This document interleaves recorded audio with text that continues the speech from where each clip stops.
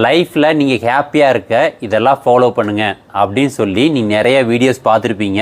Maybe அதெல்லாம் பார்த்து நீங்கள் ஹாப்பியாக இருந்தீங்க அப்படின்னா ரொம்ப சந்தோஷம். ஆனால் அது எல்லா பேருக்குமே செட் ஆகுமா அப்படின்னு கேட்டால் அப்படிலாம் இல்லை.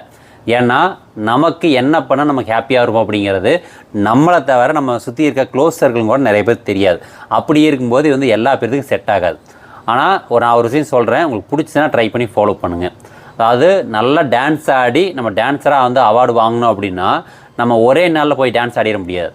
அதாவது ஃபஸ்ட்டு நம்ம டான்ஸாக ஒரு முயற்சி பண்ணணும், அது கொஞ்சம் பயிற்சி எடுத்து அதுக்கப்புறம் தான் ஒரு ஸ்டேஜுக்கு போக முடியும். அதே மாதிரி தான் நான் சக்ஸஸ்ஃபுல் ஆகிட்டு நான் என் ஹாப்பினஸ் என்ஜாய் பண்ணிக்கிறேன் அப்படின்ட்டு நீங்கள் எந்த ஒரு மொமெண்ட்டையும் வந்து என்ஜாய் பண்ண விட்டுட்டீங்கன்னா நீங்கள் நல்லா சக்ஸஸ்ஃபுல் ஆனதுக்கப்புறம் அந்த மொமெண்ட்டை நீங்கள் ஹாப்பியாக ஃபீல் பண்ணி என்ஜாய் பண்ணவே முடியாது.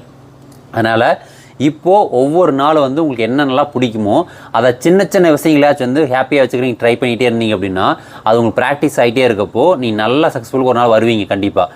அந்த டைமில் அந்த சக்ஸஸ்ஃபுல் ஹாப்பினஸ் வந்து மனசுலேருந்து ஹாப்பியாக என்ஜாய் பண்ண முடியும். அதனால் லிவ் யுவர் பெஸ்ட் லைஃப். உங்கள் வாழ்க்கையை இன்னிலேருந்து சிறப்பாக வாழ பழகிங்க.